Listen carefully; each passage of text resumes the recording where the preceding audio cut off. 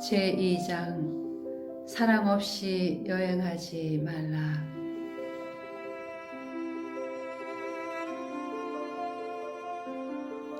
삶의 이 여행을 하는 동안 사랑하는 법을 배워야만 한다. 당신의 임무는 사랑을 찾는 일이 아니라 당신의 마음속에 스스로 만들어 놓은 사랑의 방해물을 찾아내는 일이다. 누군가 옆에 있다는 것은 사랑에서, 삶에서, 그리고 죽음의 순간에서도 가장 중요한 일이다. 사랑, 정이 내리기조차 매우 힘든 이것은 삶에서 유일하게 진실하고 오래 남는 경험입니다. 그것은 두려움의 반대말이고 관계의 본질이며 행복의 근원입니다.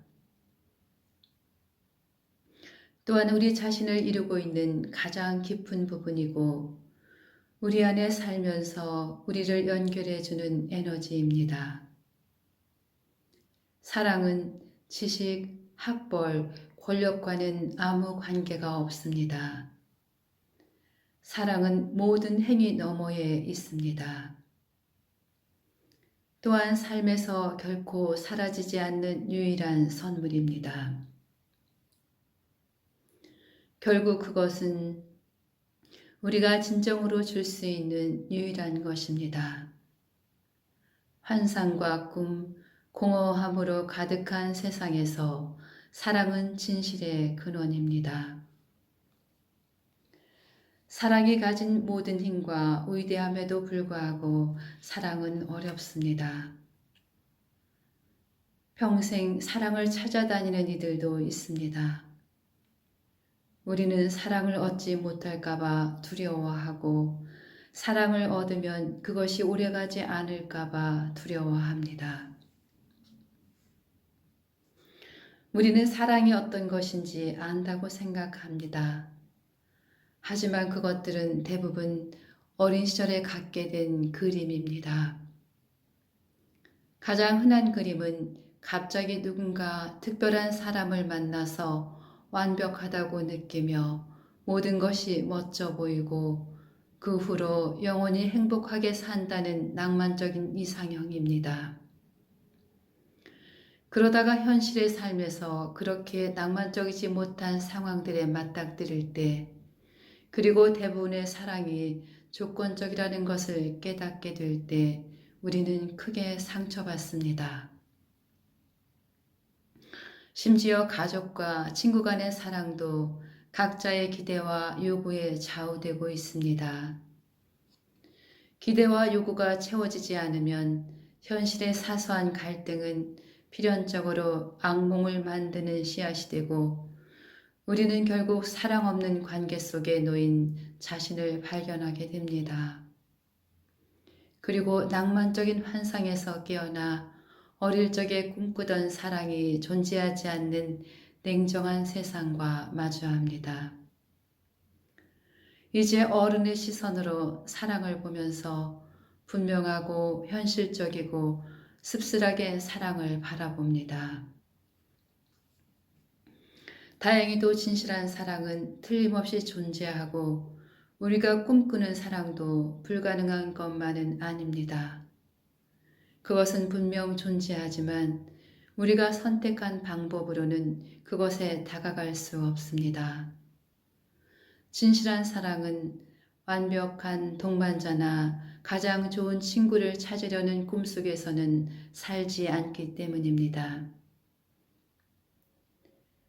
우리들 대부분은 무조건적인 사랑, 곧 우리가 무엇을 하든 하지 않든 상관없이 우리 자신에게 바쳐지는 사랑을 원합니다.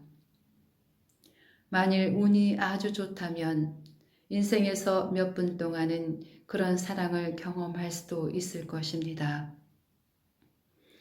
하지만 슬프게도 이 삶에서 경험하는 사랑은 대부분 매우 조건적입니다.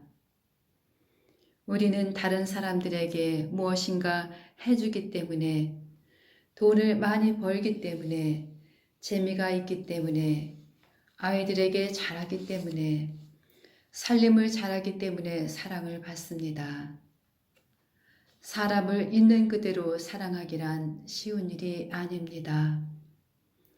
마치 우리는 언제나 다른 사람을 사랑하지 않을 구실을 찾고 있는 것만 같습니다. 강연이 끝나자 단정한 차림의 여성이 나 엘리자베스 키블러 로스를 찾아왔습니다. 단정한 차림이 무엇을 의미하는지 잘 알 것입니다. 미용실에서 갓 나온 듯 곱게 정돈된 머리와 완벽하게 조화를 이룬 옷차림이 그것이었습니다. 그녀는 말했습니다. 작년에 당신의 워크숍에 참석했었어요. 집에 돌아오는데 18살 된 아들 생각에 머리가 복잡했죠. 매일 저녁 집에 돌아오면 아들은 여자친구한테서 얻은 꼴사나운색 바렌 티셔츠를 입고 식탁 앞에 앉아 있었죠. 아들이 그 옷을 입고 있는 걸 이웃 사람들이 보고 자식 옷도 제대로 못 입힌다고 흉볼까봐 걱정이 되었어요. 아이는 늘 패거리들과 함께 거기에 앉아 있었거든요. 패거리들이라고 말할 때 그녀의 얼굴엔 혐오감이 어렸습니다. 매일 저녁 집에 돌아오면 난 옷차림부터 시작해 아이를 야단쳤어요. 이것저것 꼬투리를 잡아서. 우리 관계는 늘 그런 식이었죠. 그날 나는 당신의 워크숍에서 해본 삶과 작별하는 연습을 떠올렸어요. 그리고 삶이란 나에게 잠깐 동안 맡겨진 선물이라는 걸 깨달았죠. 내가 사랑하는 사람들도 영원히 내 곁에 두지 못하겠지요. 나는 삶에 대해 여러 가지 가정들을 떠올려 보았어요. 만일 내가 내일 당장 죽는다면 내 삶에 대해 어떤 생각이 들까? 아들과의 관계에 문제가 있긴 하지만 그럭저럭 괜찮은 삶이었다는 생각이 들었어요. 그리고 문득 이런 가정을 해봤죠. 만일 내일 아들이 죽는다면 난 어떤 기분일까? 그러자 우리 둘의 관계에 대해 엄청난 상실감과 후회의 감정을 갖게 되리라는 생각이 들었어요. 마음속으로 계속 이렇게 끔찍한 시나리오를 쓰면서 그 아이의 장례식에 대해서도 상상해 봤어요. 나는 아들에게 정장을 입혀서 묻지는 않을 거예요. 정장을 입는 타입의 아이가 아니었거든요. 그 애가 그토록 좋아하던 지저분한 셔츠를 입혀서 묻을 거예요. 그렇게 그 아이의 삶을 기리게 될 거예요. 그러자 이런 생각이 들었죠. 아들이 죽고 나서야 나는 비로소 그 애를 있는 그대로 사랑해 주겠구나. 그 애가 살아있는 동안에는 그런 선물을 줄 생각이 없었던 거예요. 갑자기 그 티셔츠가 아들에게는 큰 의미가 있을 거라는 생각이 들었어요. 이유야 어찌됐든 그건 그 애가 좋아하는 옷이니까요. 그날 밤 집으로 돌아가서 아들에게 마음대로 티셔츠를 입어도 좋다고 말했죠. 그리고 아들을 있는 그대로 사랑한다고 말했어요. 아들을 내가 원하는 모습으로 바꾸겠다는 생각을 버리고 있는 그대로의 그 애를 사랑하는 기분은 정말 행복했어요. 이제 나는 더 이상 아들을 완벽하게 만들려고 하지 않아요. 지금 이대로의 모습도 사랑스럽다는 걸 깨달았거든요. 서로에게 걸고 있는 기대를 버려야 평화롭고 행복한 사랑을 발견할 수 있습니다. 우리는 대개 가장 사랑하는 사람에게 가장 엄격한 조건을 내세웁니다. 우리는 거의 조건화되어 있다고 말할 수 있을 정도로 조건적인 사랑에 익숙해져 있기에 그것에서 벗어나기 위해선 매우 까다로운 과정을 통과해야만 합니다. 인간이기 때문에 서로에게서 완전히 무조건적인 사랑을 구하는 것은 불가능하지만 그런 무조건적인 사랑을 인생에서 단 몇 분만이 아니라 그 이상으로 연장할 수 있는 방법은 있습니다. 무조건적인 사랑을 발견할 수 있는 몇 안 되는 경우 중 하나는 아이들이 아주 어렸을 때 부모에게 주는 사랑입니다. 그들은 부모의 돈이나 지위에는 개의치 않습니다. 그저 부모로서의 우리를 사랑할 뿐입니다. 우리는 아이들의 웃음이나 좋은 성적, 말을 잘 듣는 것에 대해 보상을 해줌으로써 결국 사랑의 조건을 다는 법을 가르칩니다. 하지만 아이들이 우리를 사랑하는 방식으로부터 많은 것을 배울 수 있습니다. 우리가 아이들에게 조금만 더 많이, 조금만 더 오랫동안 무조건적인 사랑을 준다면 지금과는 아주 다른 세상이 올 것입니다. 사랑에 대한 조건은 관계를 무겁게 짓누릅니다. 그런 조건들에서 벗어난다면 생각지도 못한 다양한 방식으로 사랑을 발견할 수 있습니다. 무조건적인 사랑을 방해하는 가장 큰 장애물은 그 사랑이 되돌아올 수 없을지도 모른다는 두려움입니다. 우리는 사랑의 감정이 받는 것이 아니라 주는 것에 있다는 것을 모르고 있습니다. 우리가 받는 사랑을 일일이 계산한다면 결코 사랑받는다고 느끼지 못할 것이며 언제나 손해본다는 기분이 들 것입니다. 정말로 사랑받지 못해서가 아니라 사랑을 재는 행위 자체가 사랑이 아니기 때문입니다. 당신이 사랑받고 있지 않다고 느낀다면 그것은 당신이 사랑을 움켜쥐고 있기 때문입니다. 사랑하는 사람과 다툴 때면 당신은 상대방이 잘못했기 때문에 자신이 화가 났다고 생각합니다. 하지만 사실 당신은 스스로 마음을 닫고 사랑을 거두었기 때문에 당황한 것입니다. 상대방이 당신의 마음에 들 때까지 자신의 사랑을 움켜쥐고 있는 것이 해결책이 되어서는 안 됩니다. 그가 또는 그녀가 당신의 마음에 들면 어떻고 또 안 들면 어떻습니까? 어머니, 친구, 형제들이 변하지 않는다고 그들을 다시는 사랑하지 않을 건가요? 그들이 무엇을 하든 그들을 사랑한다면 당신은 그 변화를 보게 될 것이고 갇혀있던 우주의 모든 힘이 해방되는 것을 느끼게 될 것입니다. 그리고 마침내 상대방의 가슴이 열리는 것을 보게 될 것입니다. 비행기 승무원이었던 여성이 이런 이야기를 들려주었습니다. 나는 동료 승무원 중 한 명과 친하게 지냈어요. 어느 날 그녀가 생각나서 전화를 걸었죠. 꽤 오랫동안 만나지 못했기 때문에 보고 싶었거든요. 나는 그녀의 자동 응답기에 전화해달라고 메시지를 남겼어요. 근데 며칠이 지나도 그녀로부터 연락이 없자 신경이 쓰이기 시작했죠. 남편은 그냥 다시 전화를 하거나 하고 싶은 말을 자동 응답기에 남기라고 했어요.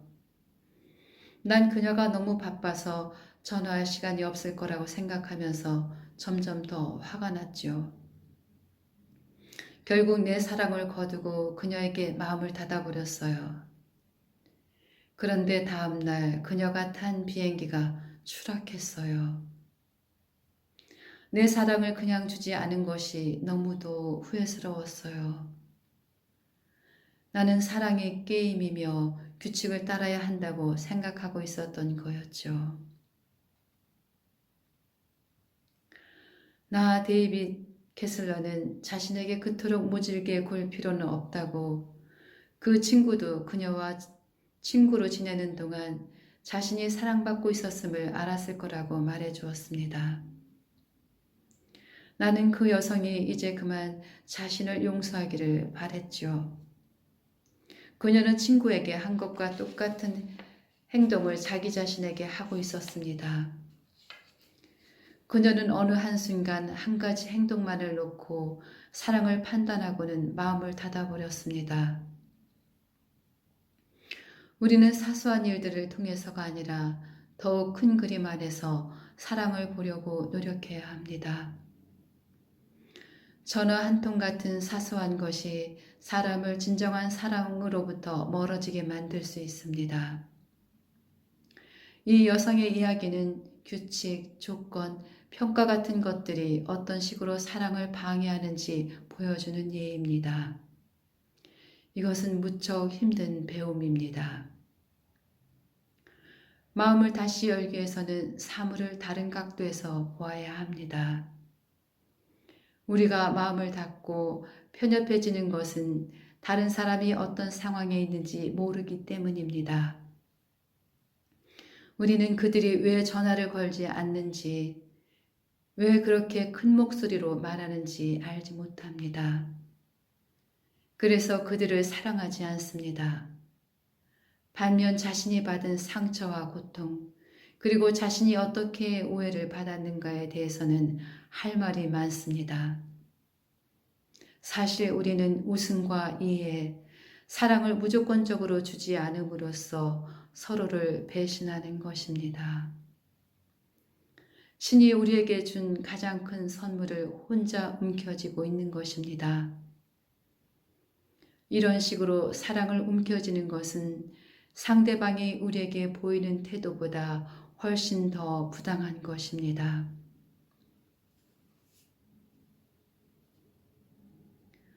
어느 늦은 밤 한 여성이 자신의 삶과 사랑에 대해서 말했습니다. 나는 남자들을 믿지 않는 엄마 밑에서 자랐어요. 엄마에게 남자들이란 그저 경제적인 안정을 위해 이용해야 할 존재에 불과했죠. 엄마의 딸답게 나 역시 삶에 사랑이라는 것이 들어오지 못하도록 막았어요. 굳이 그런 귀찮은 일을 만들 필요가 없잖아요. 내가 사랑하고 믿는 유일한 남자는 오빠뿐이었어요. 오빠는 내 전부였어요. 오빠이면서 친구였고 보호자였죠. 오빠는 훌륭한 여성과 결혼했어요. 내가 20대 후반이었을 때 오빠는 몹시 아팠어요. 의사들도 원인을 알아내지 못했죠. 병원에 함께 앉아 있으면서 오빠도 나도 오빠가 곧 죽으리라고 생각했어요. 나는 오빠가 없는 세상에선 살고 싶지 않다고 말했어요. 오빠는 내게 삶이 자신에게 얼마나 중요한 것이었는지 이야기했어요. 설령 그 순간이 삶의 끝이라 해도 어느 것과도 바꾸지 않을 것이라고요. 나만 빼고요. 오빠는 이렇게 말했어요. 난 내가 자신의 삶과 사랑을 놓치게 될까봐 걱정이야. 사랑만큼은 절대 놓치지 마라. 삶이라는 여행을 하는 동안 사람은 누구나 사랑을 해야만 해. 누구를 언제 얼마나 오랫동안 사랑하는가는 그다지 중요하지 않아. 네가 사랑한다는 사실이 중요할 뿐이지. 그걸 놓치지 마라. 삶이라는 이 여행을 사랑 없이는 하지 마라. 오빠의 마지막 충고 덕분에 나는 진정한 삶을 찾게 되었어요. 계속 남자들을 믿을 수도 있었고, 믿지 않을 수도 있었고, 진정한 여자도 진정한 사람도 되지 못할 수도 있었어요. 하지만 나는 스스로의 불신과 두려움에 맞서 싸웠죠. 나는 오빠가 바라던 대로 살려고 노력했어요. 오빠의 말이 맞았어요. 이 시간과 이 삶을 갖고서도 사랑하지 않는다면 생을 충분히 산 것이 아니지요. 많은 사람이 사랑에 대해, 더 정확히 말하면 자기 보호에 대해 이 여성과 비슷한 생각을 하고 있습니다. 우리는 일찍부터 남자를, 여자를, 결혼을, 부모를, 배우자의 부모를, 동료를, 직장 상사를, 심지어는 삶 그 자체를 믿지 않도록 배워왔습니다. 그것도 우리를 가장 아끼는 사람들로부터 계속 주의를 받아왔습니다. 그들은 자신도 모르는 사이에 우리가 서로 사랑하지 못하도록 방해하고 있었던 것입니다. 하지만 우리는 가슴 깊은 곳에서 우리 자신이 충분히 살고 충분히 사랑하도록, 삶에서 위대한 모험을 하도록 운명 지어졌다는 것을 알고 있습니다. 어쩌면 그 느낌이 깊은 곳에 파묻혀 있을지도 모릅니다. 하지만 그것은 거기에 있습니다. 어떤 행동이나 사건, 아니면 누군가의 말 한마디를 계기로 빛을 보기만을 기다리면서